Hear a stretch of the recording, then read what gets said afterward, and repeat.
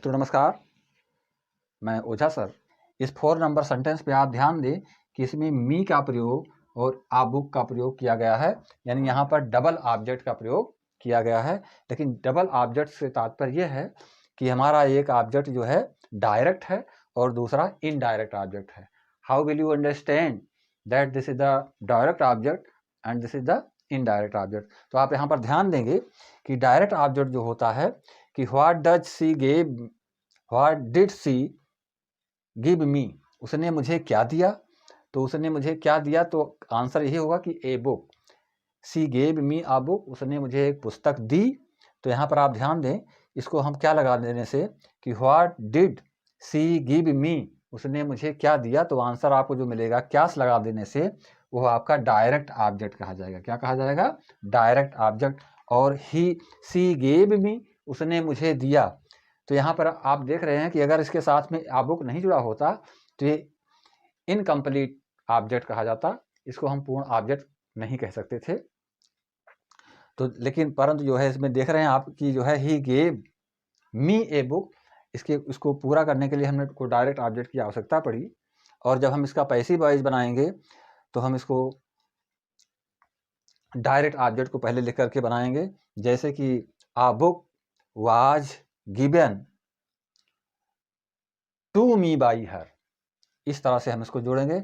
और ऐसा भी लिख सकते हैं कि I was given a book, ना इस तरह से लिखेंगे कि आई वाज गिवन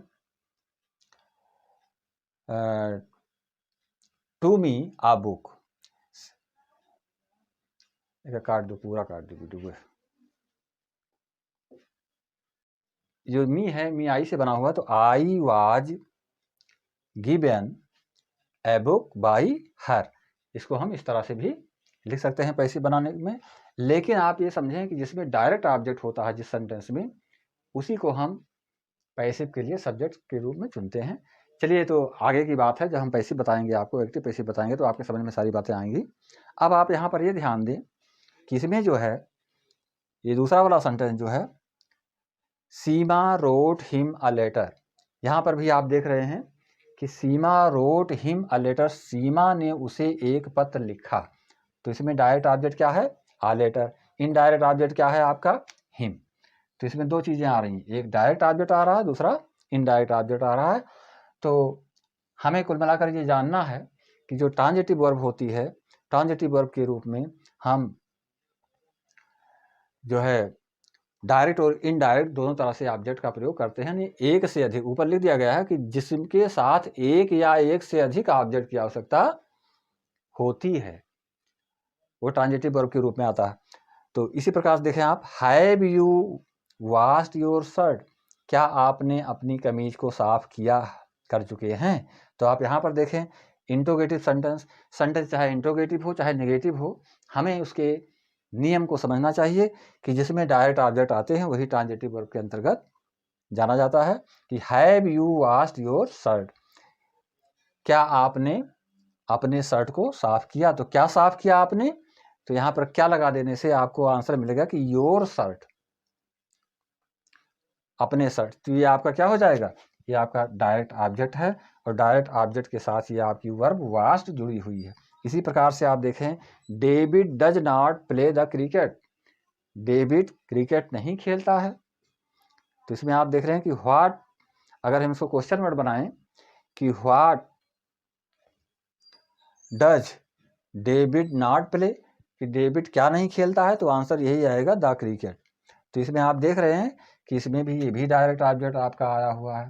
तो डायरेक्ट ऑब्जेक्ट जो है, जब मेन वर्ब होती है, मेन वर्ब के साथ में जब हम ऑब्जेक्ट का प्रयोग करते हैं, चाहे एक ऑब्जेक्ट का प्रयोग करें या डबल ऑब्जेक्ट का प्रयोग करें, तो उसी को हम इंट्रांजिटिव वर्ब के रूप में समझते हैं। इंट्रांजिटिव का मतलब सकर्मक, जिसके साथ में कर्म जुड़ा हो, ऑब्जेक्ट जिसमें प्लस हो, अर्थात ऑब्जेक्ट होना आवश्यक होता है, तो उसी को हम ट्रांजिटिव वर्ब के रूप में समझते हैं।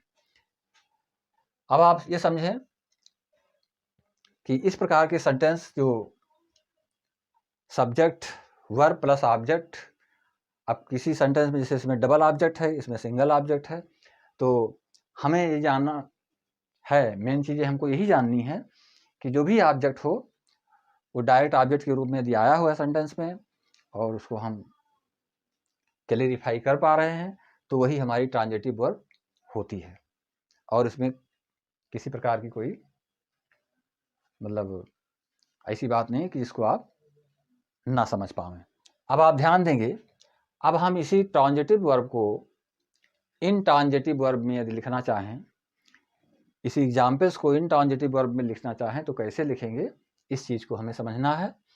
तो मेरे प्यारे दोस्तों, अब आप ध्यान दें कि जैसे इसमें हमको इनट्रांजिटिव बताना है, तो इनट्रांजिटिव बताने के लिए हम इसको सबसे पहले इस प्रकार से समझेंगे कि यहाँ पर जो ट्रांजिटिव है, इस ट्रांजिटिव को हम इन से जोड़ दिया, इनट्रांजिटिव वर्ब यानी सकर्मक जहाँ पर है तो यहाँ पर क्या कर देंगे, आकर्मक। ये अकर्मक क्रिया हो गई, अकर्मक क्रिया अर्थात इनट्रांजिटिव वर्ब्स हो गया ये। अब इसकी जो डेफिनेशन जो लिखा गया है कि ये verb that requires one or more objects is a transitive verb. तो यहाँ पर ए वर्ब दैट, यहाँ पर हम लिख देंगे does not require, does not requires one or more objects is a intransitive, intransitive verb. वह वर्ब जिसके साथ एक या एक से अधिक ऑब्जेक्ट की आवश्यकता नहीं होती। इसमें आप ध्यान देंगे, इसमें ऑब्जेक्ट होता ही नहीं है। तो वह वर्ब जिसके साथ एक या एक से अधिक ऑब्जेक्ट की आवश्यकता नहीं होती है उसे ट्रांजिटिव, इनट्रांजिटिव वर्ब कहते हैं। क्या कहते हैं, इनट्रांजिटिव वर्ब, इनट्रांजिटिव वर्ब कहते हैं। तो जिसमें कि ऑब्जेक्ट एक या दो किसी की भी आवश्यकता ना हो, तो ऐसे ऑब्जेक्ट्स को जो है हम इनट्रांजिटिव के रूप में समझते हैं। तो अब इसमें जैसा कि सेंटेंस यहाँ पर लिखा गया है, ही कुक्स द फूड, अगर हम यहाँ पर यही इतना लिख दें कि ही कुक्स, इसमें लिख दें मनोज प्लेज द हॉकी, तो इसमें हो जाएगा Manoj plays. I write an essay, हमने लिख दिया I write, no object. She gave me a book, तो she gave me, she gave यही लिख देंगे। Seema wrote him a letter, तो Seema wrote have you washed your shirt, तो have you washed, have you washed. इसी तरह David does not play the cricket, तो David does not play. अब आप देखें कि इसमें हमने जो भी सेंटेंस है इसमें से ऑब्जेक्ट मैंने निकाल दिया है, चाहे वो डायरेक्ट ऑब्जेक्ट था चाहे इनडायरेक्ट ऑब्जेक्ट था, तो इसको हमने निकाल दिया। तो ही कुक्स द फूड, ही कुक्स यहाँ पर कर दिया कि वो बनाता है। क्या बनाता है इसके बारे में कोई जानकारी नहीं मिल पा रही है, तो हम इसको इनट्रांजिटिव के रूप में समझेंगे। यहाँ पर हम ऐसा भी लिख सकते थे ही इज कुकिंग, वह बना रहा है, प्रेजेंट कंटिन्यूअस में। इसको हम ऐसा भी लिख सकते थे ही हैज कुक्ड, वह बना चुका है। तो हमको ये समझना है कि इसमें जो ऑब्जेक्ट प्लस किया गया था वो यहाँ पर नहीं लिखा गया, जो ऑब्जेक्ट प्लस किया गया था उसको हमने निकाल दिया है, तो वो हमारा इनट्रांजिटिव वर्ब के रूप में अर्थात अकर्मक क्रिया हो जाएगी। अकर्मक का मतलब जिसके साथ में ऑब्जेक्ट ना हो, जिसको हम ऑब्जेक्ट से अलग कर दें, ऐसी क्रिया, यानी कि क्रिया को करने वाला सब्जेक्ट हो प्लस वो वर्ब हो मेन वर्ब के रूप में, परंतु उसके जो परिणाम हैं वो दिखाई न पड़ रहे हों, जो भी वो कर रहा हो उसका उद्देश्य जो है वो दिखाई न पड़ रहा हो, तो ऐसी स्थिति में हम उसको इंट्रांजिटिव वर्ब के रूप में समझते हैं मेरे दोस्तों। अब मैं इसको और क्लेरिफाई करने का प्रयास करूंगा कि आप जो है किसी कन्फ्यूजन में ना आए, कि जैसे यदि ऑब्जेक्ट सेंटेंस में दिया गया है, फुलफिल ऑब्जेक्ट दिया गया है, ऑब्जेक्ट एक या एक से अधिक भी है, तो डायरेक्ट ऑब्जेक्ट के रूप में यदि हमको डायरेक्ट ऑब्जेक्ट उस सेंटेंस में ढूंढना है तो हम उसको कैसे जान पाएंगे। डायरेक्ट ऑब्जेक्ट के लिए आपको ये ध्यान देना है, हम इसको बता रहे हैं अभी आपको कि सेंटिमेंट के रूप में है, तो आप ध्यान दें, जैसे कहा गया कि वह पुस्तक खरीद रहा है। ध्यान देंगे सेंटेंस, वह पुस्तक खरीद रहा है, इसका ट्रांसलेशन, इसमें सब्जेक्ट आपका ये है, पुस्तक है ये आपका ऑब्जेक्ट है, ये आपका सब्जेक्ट है, खरीद रहा है ये आपकी वर्ब है। तो आपको ये ध्यान देना है कि इसका हम ट्रांसलेशन करेंगे कि he is buying a book. अब आप ध्यान दें कि he is buying a book, हमें कुल मिला करके यहाँ पर जो है हमारी लिंकिंग वर्ब प्लस जो है मेन वर्ब मिलकर के यहाँ पर प्रयोग किया गया। यहाँ पर जो ये आपका ऑब्जेक्ट है, ये आपकी वर्ब है और ये आपका सब्जेक्ट है।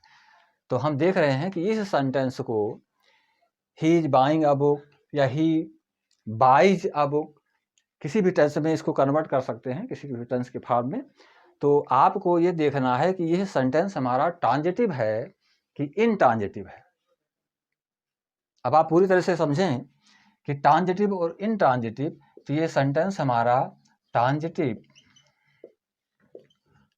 है या इनट्रांजिटिव है। तो अब हमने आपको बता दिया कि ट्रांजिटिव जो होता है, जो ट्रांजिटिव होते हैं सेंटेंस, उनके साथ में ऑब्जेक्ट कंपलसरी है, ऑब्जेक्ट इज आवश्यक होता है, ऑब्जेक्ट बिना लगाए उसको हम बना नहीं सकते हैं। तो इस सेंटेंस में आप देख रहे हैं कि he is buying a book में वह एक पुस्तक खरीद रहा है। अगर क्वेश्चन किया जाए इस पर कि what is he buying, what is he buying, वो क्या खरीद रहा है, तो आपको आंसर मिलेगा आ बुक। अब मैं इसको लिखकर भी बता दे रहा हूं आपको कि इसको सब्जेक्ट को आप कैसे मालूम करेंगे, और जब सब्जेक्ट मालूम हो जाएगा तो आपके समझ में आ जाएगा कि ये सेंटेंस क्या है। व्हाट इज ही बाइंग, देखिए वह क्या खरीद रहा है, तो आंसर इसका यही तो होगा कि he is buying a book. He is buying a book, यही इसका आंसर होगा। तो आंसर में केवल यही तो लिखा गया, आ बुक हमने बढ़ा दिया। तो क्योंकि व्हाट लगा देने पर, जब व्हाट लगा करके हम किसी क्वेश्चन को रिपीट करते हैं तो उसमें हमको ऑब्जेक्ट यदि स्पष्ट रूप से मिल पा रहा है तो हमारा समझ लीजिए वो सेंटेंस डायरेक्ट ऑब्जेक्ट के साथ जुड़ा हुआ है और ट्रांजिटिव वर्ब उसके साथ में लगी हुई है। तो यहाँ पर आप देखेंगे कि he is buying a book, इस सेंटेंस में हम देख रहे हैं कि यहाँ पर जो है ट्रांजिटिव वर्ब का प्रयोग किया गया है, किसके साथ में, लिंकिंग वर्ब के साथ में। अब हम इसको इस प्रकार से भी लिख सकते थे कि ही बाइज अ बुक, वह एक पुस्तक खरीदता है, तो इसमें भी व्हाट डज ही बाई, वो क्या खरीदता है, व्हाट डज ही बाई। तो आंसर यही मिलेगा कि ही बाइज अ बुक। अब आप ध्यान देंगे कि जो आंसर मिला, हम चाहे जिस टेंस में इसको कन्वर्ट कर देंगे, he has bought a book कह सकते हैं। हाँ, तो दोस्तों हम देखेंगे कि इसमें जो है ये व्हाट लगा देने से हमको क्या मिल जाता है, डायरेक्ट ऑब्जेक्ट की प्राप्ति होती है। तो ये डायरेक्ट ऑब्जेक्ट हमारा ट्रांजिटिव वर्ब के तहत जाना जाता है। अब हम इन ट्रांजिटिव रूप में जब किसी सेंटेंस को लिखते हैं इंट्रांजिटिव अर्थात जो अकर्मक होता है, अकर्मक मतलब इसके साथ में ऑब्जेक्ट नहीं होता है, तो उस प्रकार की जो क्रियाएं होती हैं जिसमें कि ऑब्जेक्ट की हम कमी देखते हैं, उसको हम इंट्रांजिटिव वर्ब्स के रूप में समझते हैं। तो इंट्रांजिटिव वर्ब्स के रूप में जैसे यहाँ पर ही बाइज, अब यहाँ पर ही बाइज ही लिखा गया, इधर हमने ऑब्जेक्ट को नहीं लिखा, तो ये हमारा जो है इंट्रांजिटिव वर्ब के रूप में कार्य कर रहा है। ये हमारा सेंटेंस जो है इंट्रांजिटिव के रूप में है। यहाँ पर जैसे कहा जाए कि शी इज फ्लाइंग या शी इज ईटिंग। अब आप देख रहे हैं कि शी इज ईटिंग लिख देने से ये जो है सेंटेंस पूरा नहीं हो पा रहा है, यहाँ पे ऑब्जेक्ट की कमी दिखाई पड़ रही है। तो ऐसी स्थिति में हम इसको जो है इंट्रांजिटिव वर्ब्स के रूप में समझते हैं। तो दोनों में जो प्रमुख अंतर है उसको हम डिफरेंसेस जो आपको जानने हैं कि in both sentences transitive verb and intransitive verb. Transitive verbs join with its objects, but intransitive verbs does not join with its objects. वे अपने साथ में ऑब्जेक्ट्स जोड़ती है ट्रांजिटिव वर्ब्स, और जो है इंट्रांजिटिव वर्ब जो होती है अपने साथ में ऑब्जेक्ट को नहीं जोड़ती है। तो इस तरह से हम इसको क्लैरिफाई करते हैं। अब आप देखेंगे कि कुछ हमारे ट्रांजिटिव वर्ब्स इस प्रकार से होती हैं विथ ऑब्जेक्ट्स एंड कॉम्प्लीमेंट्स के रूप में। ट्रांजिटिव वर्ब ये जो है ट्रांजिटिव वर्ब्स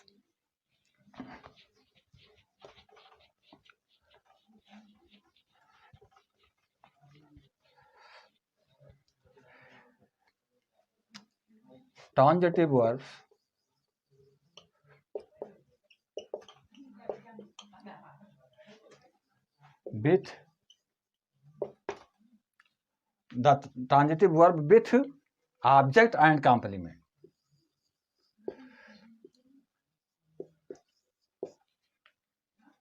And complement.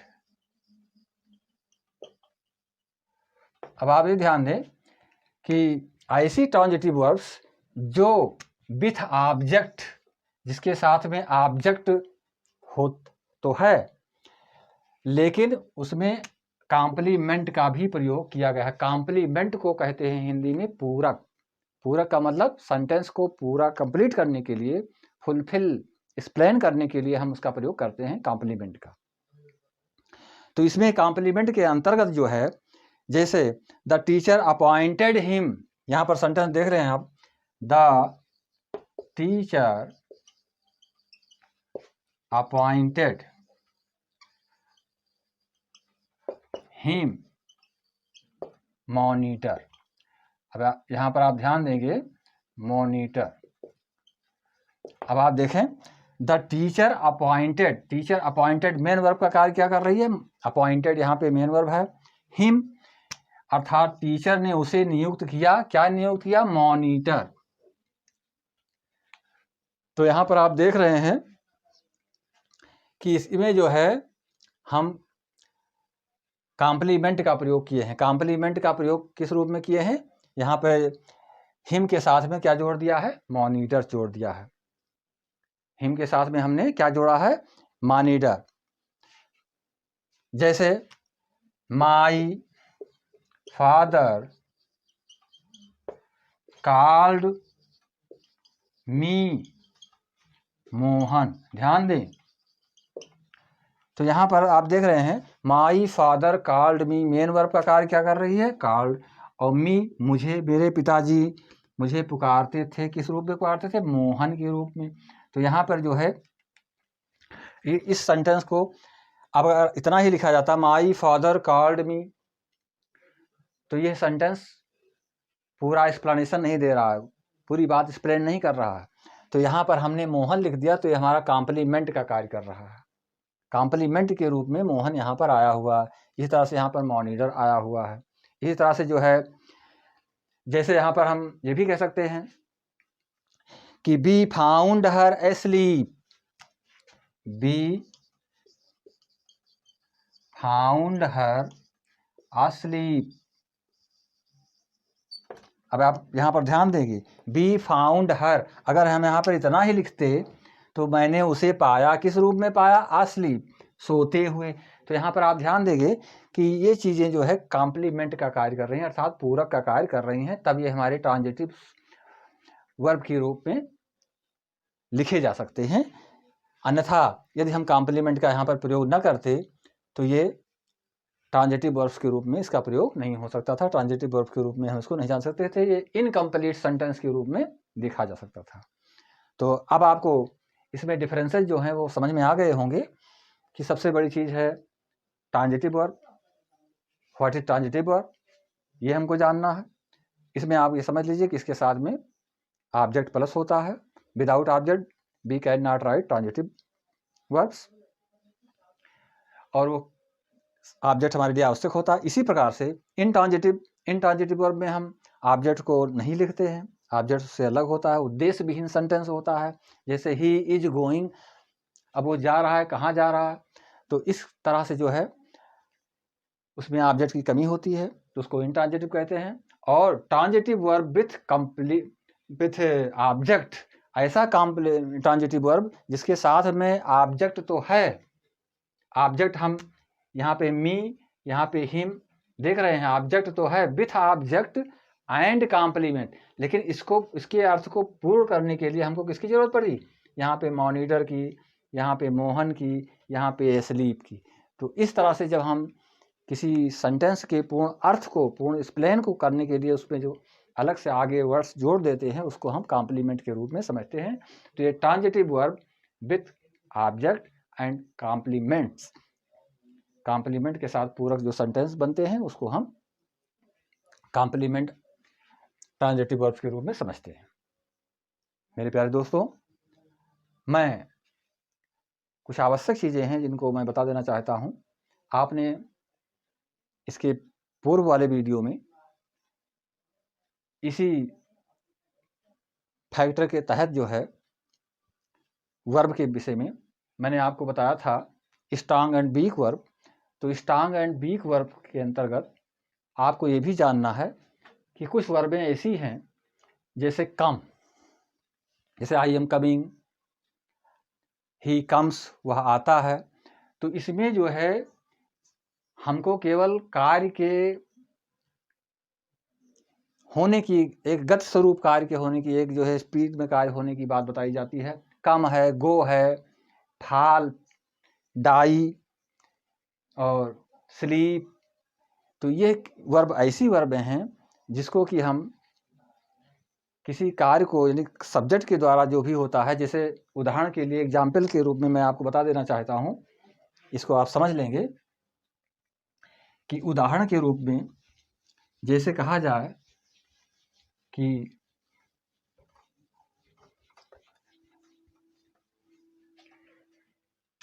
आई गो,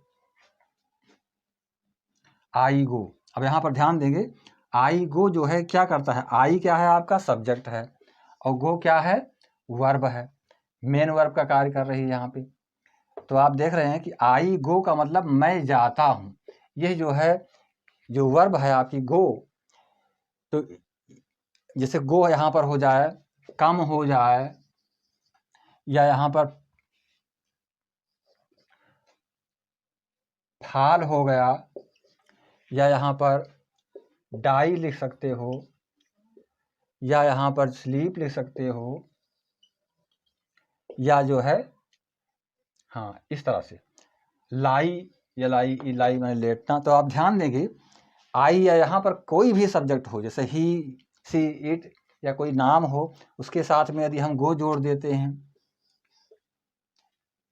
कम जोड़ देते हैं, फाल जोड़ देते हैं, डाई जोड़ देते हैं, स्लीप जोड़ देते हैं, लाई जोड़ देते हैं, तो विशेष ध्यान दीजिएगा, ये जो वर्ब हैं, ये वर्ब सब्जेक्ट को मॉडिफाई करती हुई ये बताती हैं कि इसमें गतिशीलता, कार्य की होने की गति, ये क्लेरिफाई नहीं कर रही हैं। ये वर्बें ऐसी वर्बें हैं कि जो ये नहीं बताती हैं फिक्स्ड कि इनके साथ में डायरेक्ट ऑब्जेक्ट जोड़ा जाए। डायरेक्ट ऑब्जेक्ट जोड़ने का इसमें किसी प्रकार से हमको गुंजाइश नहीं मिलती है। अपने अपने आप में ही, जैसे आई गो, मैं जाता हूँ, अब लिख दिया जाए आई गो टू स्कूल, मैं विद्यालय जाता हूँ, तो इसमें क्वेश्चन ये तो बन सकता है कि व्हेयर डू आई गो, मैं कहाँ जाता हूँ, लेकिन क्या का आंसर इसमें नहीं मिल पा रहा है। इसको हम, तो इस तरह से ये वर्बें जैसे गो है, कम है, मैं आता हूँ, मैं गिरता हूँ, मैं मरता हूँ, मैं सोता हूँ, मैं लेटता हूँ, तो ये सारी क्रियाएं जो है एक शारीरिक रूप की गति को प्रदान करती हैं। अपनी शारीरिक गति को प्रदान करते हुए अपने जो है मूल चीज को, अपनी मूल धारणा को, उद्देश्य को ये व्यक्त नहीं कर पाते हैं। इसलिए ये विशेष रूप से आपको ध्यान रखना है कि जैसे गो मीन्स चलना होता है, कम मीन्स आना होता है, फाल मीन्स गिरना होता है, डाई मीन्स मरना, स्लीप मीन्स सोना, लाई मीन्स लेटना। तो आप ये ध्यान दें कि these verbs are modifying not the only modifying the action of the subject and the aim without aimless। तो यहाँ पर जो है ये चीज़ें, ये वर्बें जब मिल जाती हैं हमको, तो इसको हमको ये ध्यान रखना पड़ता है कि इसको हम ट्रांजिटिव वर्ब्स के रूप में प्रयोग नहीं कर पाते हैं। इसको हम ट्रांजिटिव वर्ब्स से अलग ही रखेंगे। अब इसके विषय में मैं आपको अगले पार्ट में, इसके आगे वाले पार्ट में बताऊंगा कि कुछ क्रियाएं ऐसी होती हैं जो क्रियाएं ये बताती हैं, जैसे आई रीड ए नॉवेल, मैं एक उपन्यास पढ़ता हूँ। अब उसी की जगह पर अब जैसे रीड लिखा गया तो रीड का मतलब पढ़ना। अब उपन्यास का प्लस रीड का, दोनों का संबंध हमको दिखाई पड़ रहा है। नॉवेल का और जो है रीड का संबंध दिखाई पड़ रहा है, और जो कार्य को करने वाला है वो तो है ही है। तो आई रीड अ नॉवेल कह देने पर जो रीड वर्ब है वो अपने आप को पूर्ण उद्देश्य को प्रकट कर रही है। किसके विषय में प्रकट कर रही है? नॉवेल के विषय में। लेकिन इसमें अगर गो है, गो का मतलब ये केवल अपने एक्शन को बताती है। इसमें जो है क्लेरिफाई ऑब्जेक्ट को ये नहीं कर पा रही है। तो आपको ये विशेष चीज जानना आवश्यक है कि जैसे गो लगा दिया, या कम, जाना, आना, सोना, गिरना, लेटना, ये केवल जो है सेल्फ एक्टिविटी, एक्शन को बताती है। इसके साथ में किसी ऑब्जेक्ट का जुड़ना डायरेक्ट रूप में असंभव होता है। तो ये वर्ब भी हमको पढ़ने को मिलेंगी, और इसको हम जो है इनकम्प्लीट सेंटेंस के रूप में जो है समझते हैं, या हम कभी कभी इसको जो है यहाँ पर जो है ये भी जानते हैं कि इसको जो है ये जो वर्बें, तो ये जो वर्बें हैं ये कभी भी हमारी, जैसे अब आप विशेष ध्यान देंगे, इसको जानना इसलिए आवश्यक था। जैसे यहाँ पे गो है, कम है, फाल है, डाई है, स्लीप है और लाई है, इसका हम कभी भी ट्रांजिटिवली यूज नहीं कर सकते हैं। ट्रांजिटिव वर्ब के रूप में इसका प्रयोग हम कभी नहीं कर सकते हैं। ये हमारा ट्रांजिटिवली यूज में नहीं आएगी। ये वर्बें, जो वर्बें आएंगी जो अपने उद्देश्य को साथ में लेकर चल रही हों। तो मेरे मित्रों, मैंने आज आपको ट्रांजिटिव, इंट्रांजिटिव वर्ब्स के विषय में, transitive verb with object and complement के विषय में बताया। तो ये चीज़ें बहुत ही आवश्यक थी वर्ब की पार्ट में जानने के लिए। और अब मैं अगले वीडियोज़ में आपको अगली वर्ब्स के विषय में बताऊंगा, जो कि ऑक्सिलरी वर्ब के रूप में जानी जाती है, लिंकिंग वर्ब के रूप में जानी जाती हैं। वो वर्बें क्या होती हैं उनके विषय में आपको बताऊंगा। मैं I hope that you will be understanding my teaching, and if any confusion is present in your heart, you will send me as a comment. You can send me and I will satisfy to you। मेरे प्यारे दोस्तों, तो channel को like करके subscribe अवश्य करेंगे और मित्रों के बीच में शेयर अवश्य करेंगे, क्योंकि मैं स्टेप बाय स्टेप बताने का प्रयास कर रहा हूं, जिससे आपको किसी प्रकार की कन्फ्यूजन ग्रामर से संबंधित ना हो। मैं इसी के साथ इस वीडियो को यहाँ पर क्लोज कर रहा हूँ। मेरे मित्रों, नमस्कार, जय हिंद, जय भारत।